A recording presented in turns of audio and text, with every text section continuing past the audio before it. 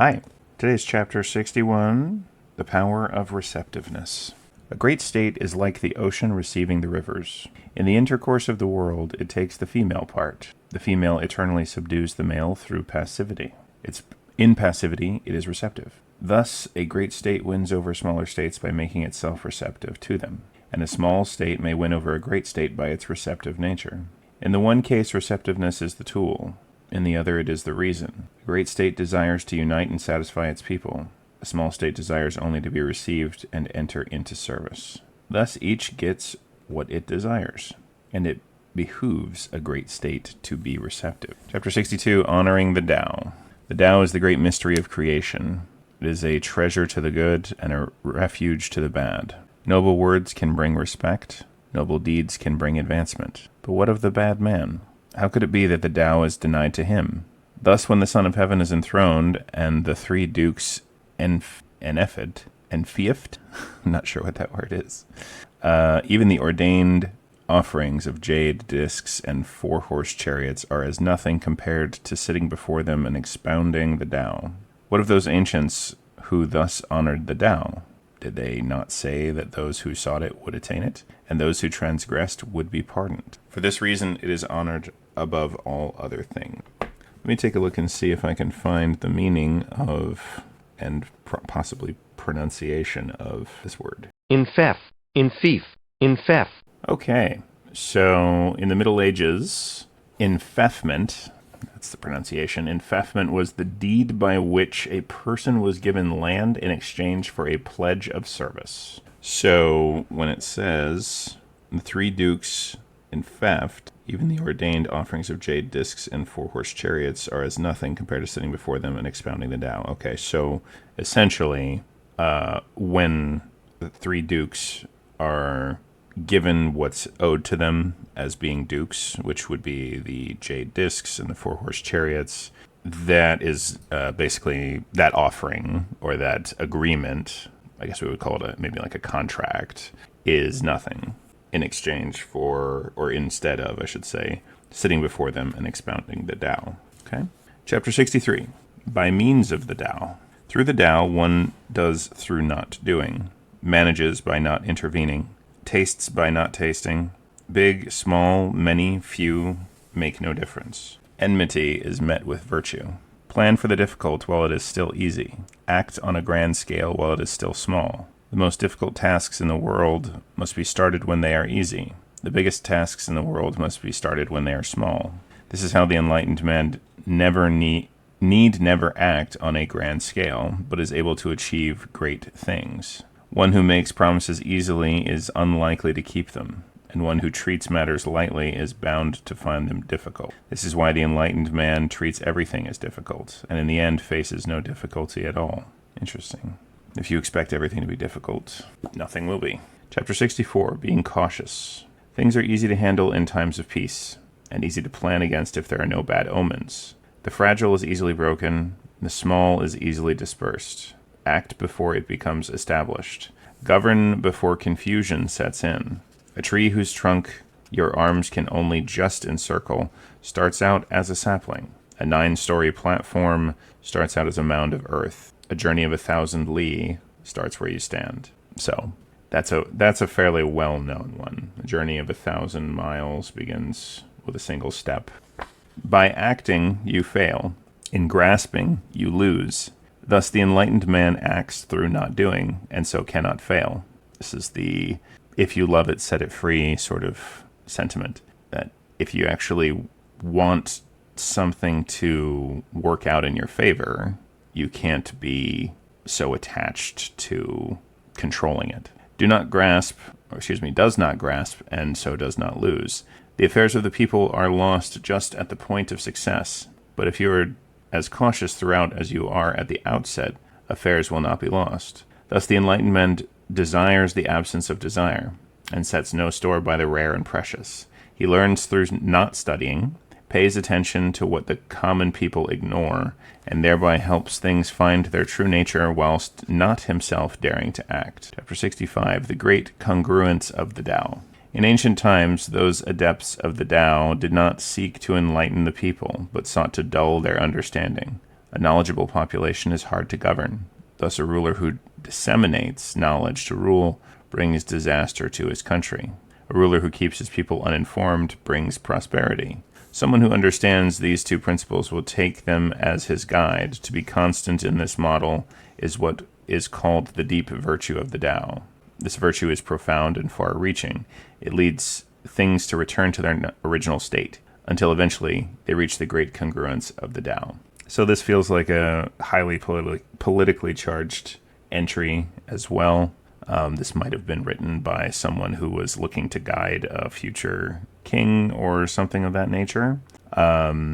Obviously, leading a population through making them ignorant is very convenient for the leaders, especially if what they're doing is not ethical. And so it would make sense to me that it would have been taught early on to a lot of leaders that you definitely don't want to be transparent, because what we're doing here is morally questionable at best. And so keeping the people uninformed brings them prosperity. And what they don't know won't hurt them or us, more importantly, I'm sure, was the hidden subtext here, or hidden message. Chapter 66. Taking the lower position. The reason why the rivers and oceans are lords of the valleys and streams is because they occupy the lower position. This is why they can rule over them. For the same reason, an enlightened man who wishes to rule over the people must, in his speech, take the humbler position. If he wishes to lead them, he takes his place behind them. In this way, although he is above them, he does not oppress them. And although he leads them, he does not lead them into harm. Thus the world delights in his rule and does not tire of it, because he is in conflict with no one. No one can be in conflict with him. If only that was true today. And also, I think it must be noted here that this sort of humble approach, if it was genuine, could be a good thing. But moving on, chapter 67. 3 treasures. All the world calls my Tao great, and unlike anything else, it is indeed because of its greatness that it resembles no other teaching. If it did resemble any other, it would have diminished. I have 3 treasures that I cleave to and cherish. The first is gentleness, the second is frugality, and the third is that I do not place myself ahead of the world. Because I am gentle, I can be bold. Because I am frugal, I can be liberal. And because I do not place myself first, my usefulness is abiding.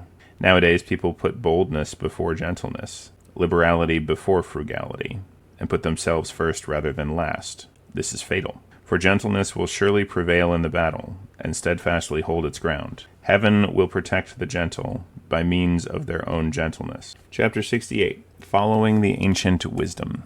A good officer is not aggressive. A good warrior does not lose his temper. Those skilled in victory do not actually engage the enemy. A good employer adopts a humble posture. This is called the virtue of non-contention. It is also known as the potential of employment, and may be called following the ancient wisdom. Chapter 69. Regretting aggression. There is an axiom of military strategy. I prefer to be the guest rather than the host. I prefer to retreat a foot than advance an inch. This is acting without moving. Fighting without bearing one's arms. Advancing where there is no enemy. Grasping no weapon. There is no calamity worse than thoughtlessly going to war, for in doing so I lose that which is most precious to me. Thus, when 2 sides do actually engage, the one that does so with regret will be the victor. It's a very interesting sort of thing.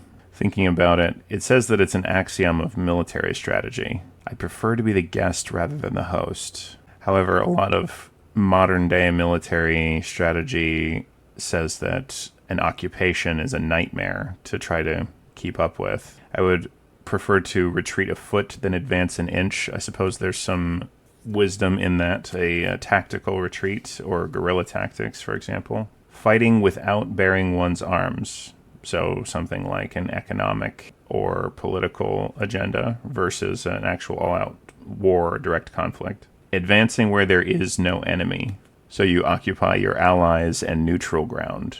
Grasping no weapon. There is no calamity worse than thoughtlessly going to war. Excuse me. When 2 sides do actually engage, the one that does so with regret will be the victor. It's interesting to see regret being placed as a kind of, I'm not sure, military superiority. You would think of regret as more of like a moral judgment on past actions, a negative moral judgment on past actions, rather than a military strategy of any kind, positive or negative, really. It's not a tactical assessment. Regret is a ethical assessment or a moral one. Interesting. Chapter 70, a precious jade. My words are easy to understand and easy to put into practice, yet no one in the world understands them, and no one puts them into practice. My words have their principles, and my actions their governance. If people do not understand this, they cannot understand me. The fewer people who understand me, the more worthy I am of honor. Thus the enlightened man may wear clothes of coarse weave, but he has a precious jade at his breast. This, just going to be as honest as I can, sounds like a kind of moral superiority type argument. He's not rich, he's not powerful, he's not anything except a enlightened man. And I do wonder if it was written in such a way to maybe look down on people who don't share the same philosophical or possibly religious Taoist interpretation. Because Taoism can be interpreted both philosophically or religiously or politically. I'm not sure which one this lends itself to more, but I feel like it's lending itself to one of them more than the other. Chapter 71, recognizing one's faults. Recognizing that one does not know is the highest order of behavior. Pretending to knowledge one does not have is a fault of the worst kind. It is only by recognizing one's faults that one can be without fault. The enlightened man is without fault because he recognizes his faults. That is why he is without fault. To be honest, I would have to somewhat disagree with this. I mean, it's nice to recognize the faults in your character. It's really the first step in fixing a problem is recognizing that there's a problem. But you're not automatically without fault just because you recognize that you have a fault. You have to actually work towards fixing the fault as well. It's not just a matter of saying, oh, I guess I am a bad person for this or that, but now I'm not a bad person because I admitted it. That's not how that works. So this would be, in my opinion, recognizing one's faults is step one of a long and possibly very difficult process of becoming without fault. I also personally don't think anyone can be without fault. There's no such thing as a perfect person. So that's already kind of a weird starting point to assume that you could be without fault at all. Chapter 72, treasuring the self. If the people are without awe, something truly awful will happen to them. Do not violate their dwellings. Do not oppress their livelihood. If you do not oppress them, they will not respond in kind. The enlightened man knows himself without self-regard, treasures himself but does not seek honor from others. He rejects the latter and acts on the former. Chapter 73. The net of the Tao. Courage to dare is fatal. Courage to dare not is salvation. There is benefit and harm in both of these. Who knows what heaven abhors? Even the enlightened man has trouble with this. The Tao is victorious without contending, elicits response without speaking, arrives without being summoned, appears negligent but is carefully planned. The net of the Tao is vast and wide-meshed, but nothing escapes it. I was thinking the other day, the most powerful plan, like strategy, that you could employ if you were to try to outsmart somebody or outplay somebody. The most powerful strategy you could employ would be to appear negligent, but actually have a very, very carefully planned out situation that only makes you appear as though you didn't know what you were doing. Like somebody who plays the part of the fool, but isn't actually a fool. It's a very powerful position to put yourself in, and it can do a lot of damage, and people will shrug it off. That they would say like, oh, that person couldn't have been the cause because they're just dumb. It wasn't on purpose. They're just negligent. Although that being said, there is such a thing as criminal negligence. So you could still go to jail for certain things. Saying that you're incompetent or negligent is not a get-out-of-jail-free card, of course. But for a while, it may allow you to do certain things. And this whole thought process started thinking back to a chess game or two that I had with somebody who claimed that they had never played before. But by the time we got to mid-game, it was very obvious they had played quite a bit. And so it's probably best, just as a side note of all of this, whether we're talking about the net of the Tao or we're talking about some sort of chess strategy or military strategy or anything, it's probably a good idea to always assume that your opponent knows what they're doing, as opposed to assuming that they don't know what they're doing, because then you open yourself up to failure. And so if you're going to consider a military strategy, because as against the concept of war as I am, it obviously doesn't change the fact that there is war, and there probably always will be. A military strategy that doesn't account for somebody pretending to be a fool is a military strategy that has a quite a glaring oversight, to say the least. Chapter 74, Accepting Responsibility. If the people do not fear death, how can you scare them with the threat of death? If they have a normal fear of death, when someone does something criminal, I arrest him and have him executed. Who will then dare to repeat the offense? Usually there is an official in charge of such matters who carries out the execution. If, however, someone stands in for that official, it is like someone trying to do the work of a master woodworker. Few who try escape uninjured. Chapter 75, Restraint. If the people are starving, it is because the rulers tax their food too harshly. That is why the people starve. If the people are rebellious, it is because the government is too intrusive. That is why the people become rebellious. If the people don't take death seriously, it is because they are obsessed with the good things in life. That is why they don't take death seriously. It is those who do not strive after life who truly honor life. Really, honestly, couldn't disagree more with this one. The people who don't take death seriously, they don't do so because they're obsessed with the good things in life. I would argue the exact reverse of that. The people who are obsessed with all of the good things that they have are the ones who are desperate not to die. They take death very seriously. They take death so seriously that that's all they think about.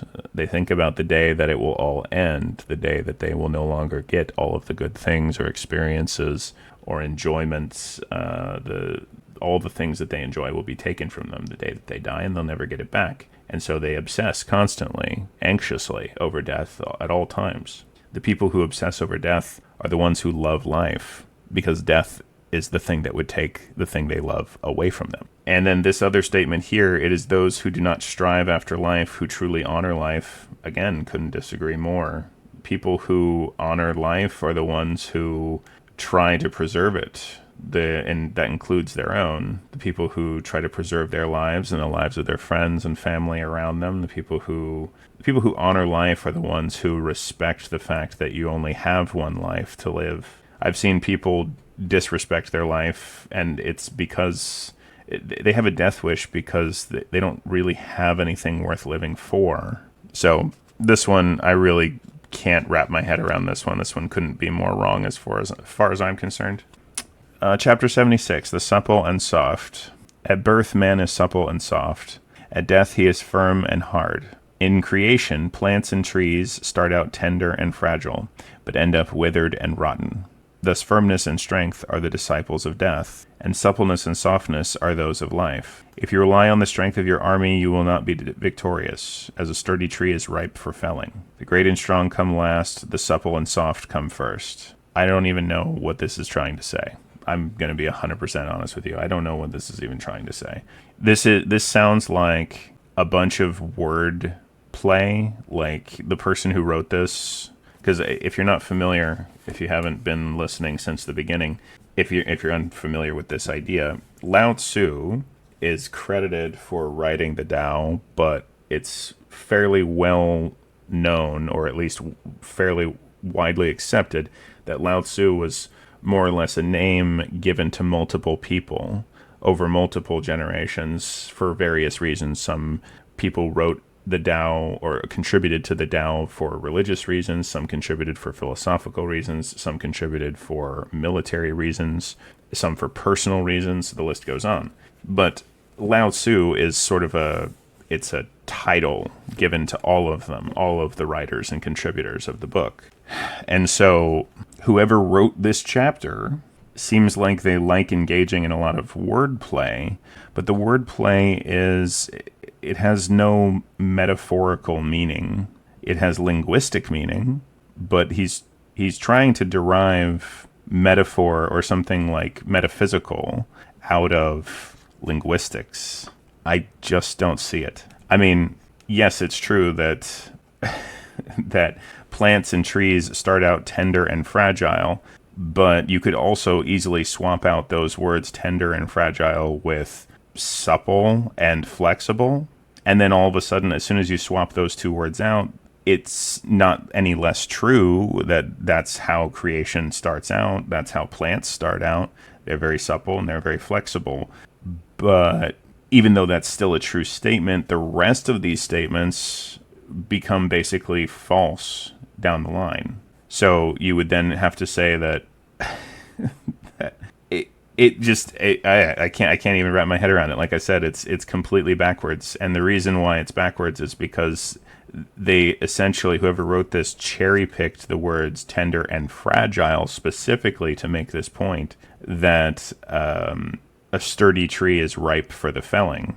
A sturdy tree is not ripe for felling. A sturdy tree, necessarily, I mean, it could be, I suppose, under the right circumstances. If you're looking for, to make your house out of a strong wood or something like that, obviously you're going to take a older, sturdier tree for that. But if what you're looking for is something like shade, something like to get out of the heat, if you're looking for something that might actually provide fruit or sustenance in some way, you're not going to find that in a young tree. You're not going to, like, some trees have to mature for quite some time before they bear fruit. And even the ones that don't bear fruit later, the ones that bear fruit earlier, it may not be very good. You might have to wait time for it to mature. And you definitely can't get out of the sun, out of the heat of the day, by hiding under a sapling. So it all depends on, like I said, it all comes down to linguistics, and it depends on the situation that you're in. The context is everything here, and the specific context that's chosen is cherry-picked for some arbitrary reason. All right, moving on. Chapter 77, like drawing a bow. Is not the Tao like the motion of drawing a bow? The part that was low is raised up, and the part that was high is lowered. The excessive is decreased, the deficient augmented. The Tao decreases the excessive and augments the deficient. The way of man is otherwise. It further diminishes the deficient and augments the already excessive. Who is there who takes his own surplus and uses it to serve the world? Only one who follows the Tao. Thus the enlightened man acts without expectation, achieves without claiming credit. He has no desire to make a show of his virtue. That seems like another chapter based on not being boastful. Chapter 78, straightforward but paradoxical. And that title in and of itself is straightforward but paradoxical. There is nothing softer or more supple than water. Yet there is nothing better at overcoming the solid and strong. Nothing can substitute for it. The supple overcomes the solid, the soft the strong. Everybody knows this. But none can put it into practice themselves. This is why the enlightened man says, one who carries the guilt of the nation may be called the lord of the ceremonial altars. One who carries the calamities of a nation may be called ruler of the world. Straightforward words have paradoxical meanings. Chapter 79, impartiality. When a great resentment is resolved, there is always a grudge left behind. How can this be a good thing? For this reason, the enlightened man may hold the creditor's half of the tally, but does not pursue the debt. A virtuous man considers the nature of the whole debt. A man without virtue sees only what benefits him. The Tao does not recognize partiality, so is always with the virtuous. Chapter 80, the enlightened ruler. An enlightened ruler, even if his state is small and population sparse, may still make it so that his people will have no use for any number of new inventions, will have no desire to flee, even if they fear for their lives, will have no desire to travel abroad, even though they have boats and carriages. They may have fine armor and weapons, but will have no desire to display them. If the people return to the use of knotted cords to keep their records, their food will seem sweet to them, their clothes beautiful, their homes harmonious, and their way of life pleasing.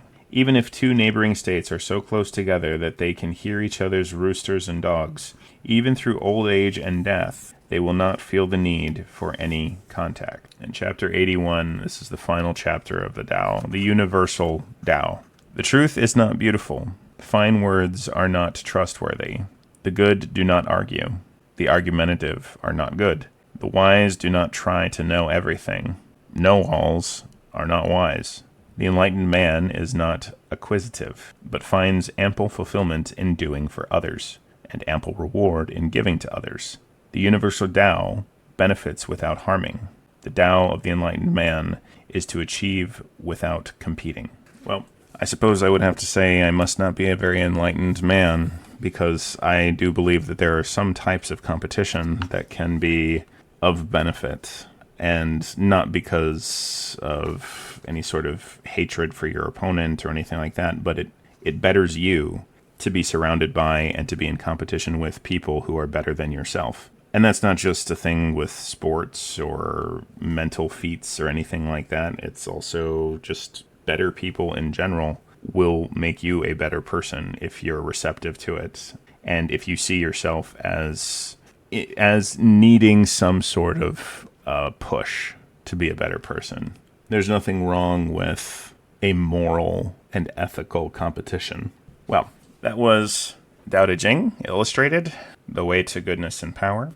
And yeah, there's a lot in here. Obviously, as I've made it clear multiple times over the course of this series, I don't necessarily believe the religious aspects of it. There's certain philosophical aspects of it that I do feel are appropriate and strong wisdom. But there's also some stuff in here that it feels forced.